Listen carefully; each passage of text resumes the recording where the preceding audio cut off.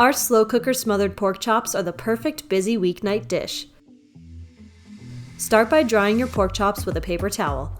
Season with paprika, black pepper, salt, garlic powder, and onion powder.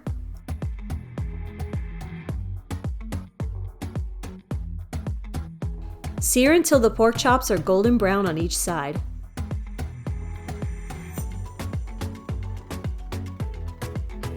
Remove them from the skillet and add the canned cream of mushroom soup and canned cream of chicken soup.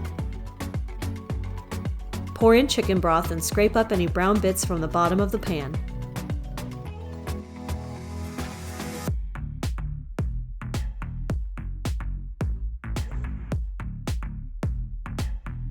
Place onions and mushrooms inside the bottom of your slow cooker.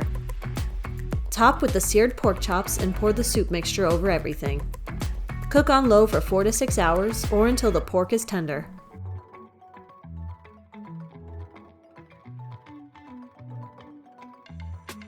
You can find more easy slow cooker recipes on our website.